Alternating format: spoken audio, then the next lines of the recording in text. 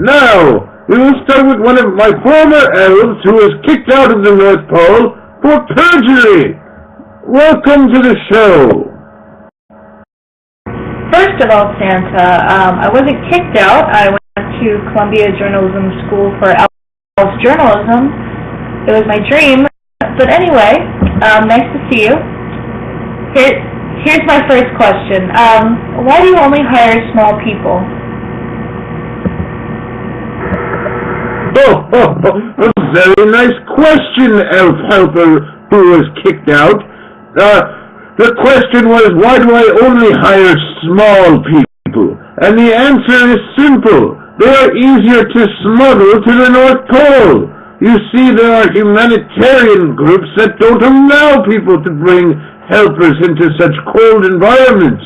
So Santa needs to illegally smuggle them in trunks and then bring them there against their will. If they were big, it would be much more difficult.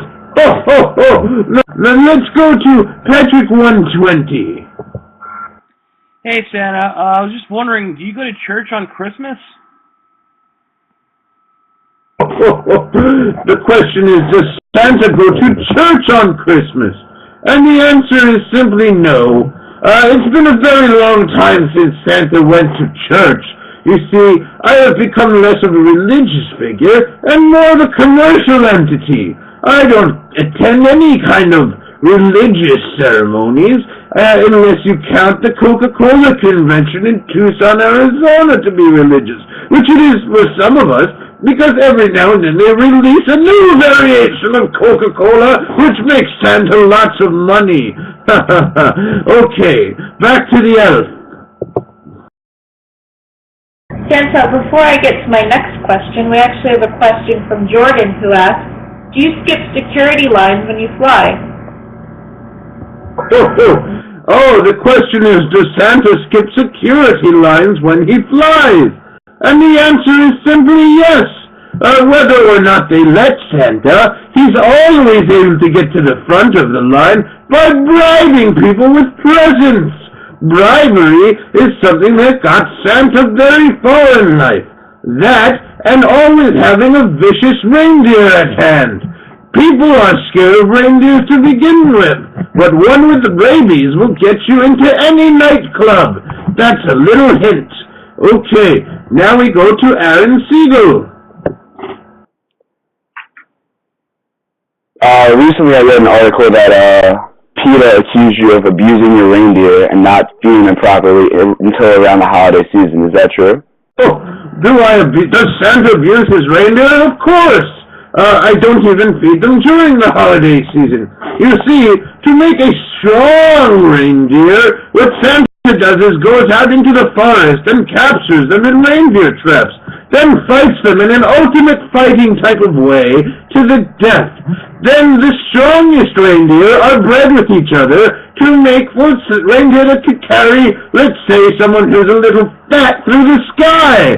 Of course we need to make them strong. You see, Michael Vick used to work for Santa, and that's how he learned everything he knew. But he was told very clearly, do not apply this to dogs, and he disobeyed Santa. Reindeer are savages, and no one cares about them. In fact, the very people who complained about Michael Vick torturing dogs went out that very afternoon and shot a reindeer. Reindeer are lower-class animals that need to be tortured to know who's boss.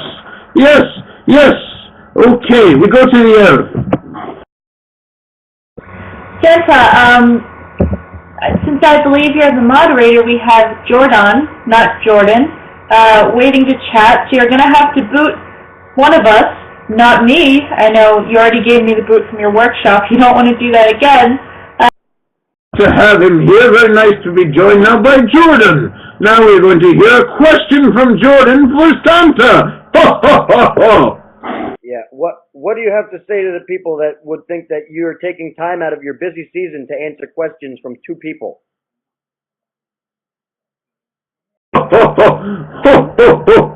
Well, you know, a lot of the labor has been outsourced from Santa two little Asian people, which is not to say anything bad about them, but they're very hard workers. And so now Santa has a little more free time in his old age. You see, it used to be that Santa had no time to talk to anyone because he was too busy till he discovered the power of outsourcing.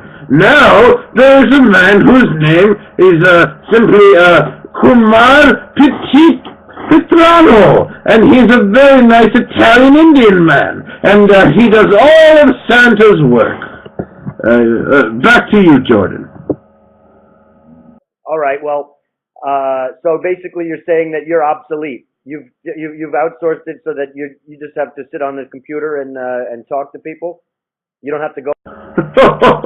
Absolutely not. You see, what happened is Santa just watched the big companies to see what they did, then applied it to himself, and now he's able to take more time for eggnog and cookies and the important things in life. We'll be back to you in a moment, Jordan. Let's see what Aaron has to say. You say you enjoy your eggnog during the holidays, which everybody does, but do you ever fly under the influence of eggnog? Question that Aaron poses is, does Santa ever fly under the influence of eggnog? And the answer to that is simply yes, I do. I do. Not proud of it. What kind of cookies do you prefer people leave out for you? The question Jordan asks is, what kind of a cookie should you leave out for Santa? And it is a good question, because Santa is very particular with his cookies. Santa enjoys cookies that are made of sugar and spice and everything nice, but also butter. I really enjoy Walker's shortbread, for instance. I enjoy a nice Krispy Kreme donut. It doesn't have to be a cookie. Santa just likes things that keep his girlish figure. Now we go to the evil elf. Not evil, Santa. Dina asks, does Santa wear boxers or briefs? Oh, this is a good question for Santa, but the answer is simple. Santa doesn't wear anything.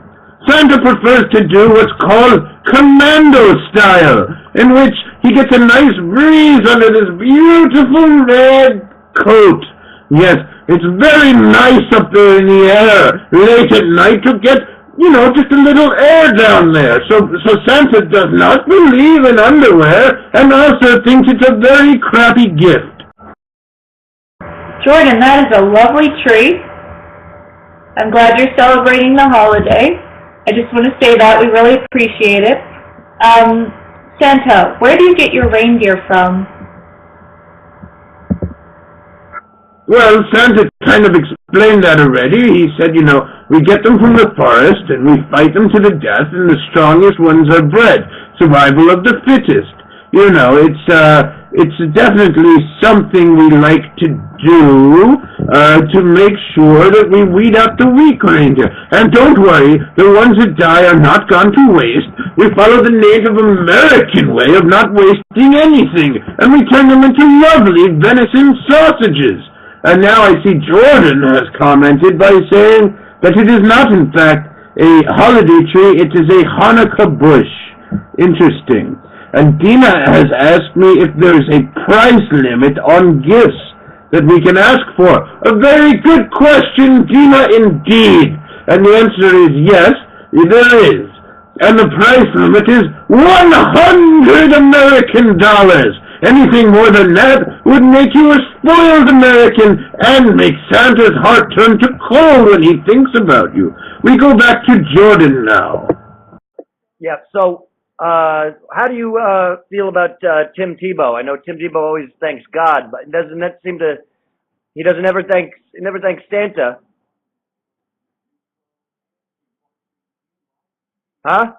That's sore. It's a bit sore for Santa. A lot of people never thank Santa, which upsets Santa greatly. But what Santa does in revenge is he beats the elves up to get his aggression out. Isn't that right, evil elf? Santa, has the Occupy movement hit the North Pole yet? You see, the elves have been trying to unionize for years, as you know, and they've been trying to get some money out of Santa and rights. But Santa knows as well as anyone that no one cares about you when you're in the North Pole. So it's not in Santa's best business interest to help the elves out. Now we go to Aaron once again. Aaron?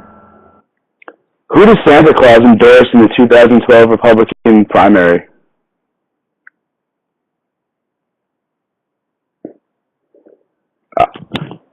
Who does Santa endorse for the 2012 Republican nomination?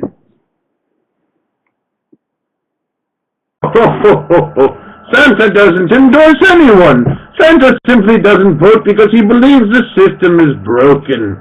You see, Santa has believed for a very long time that countries like the United States have been bought and sold by big corporations, and therefore it's the political interests of the ones who have money and the banks that really run the country, so Santa believes it's really inconsequential who he backs as president, for the president is nothing more than a figurehead to give the people the illusion that someone has power and looking out for them when it's simply not the case. Okay, back to the elf. Okay, Santa. Has global warming affected your habitat in the North Pole?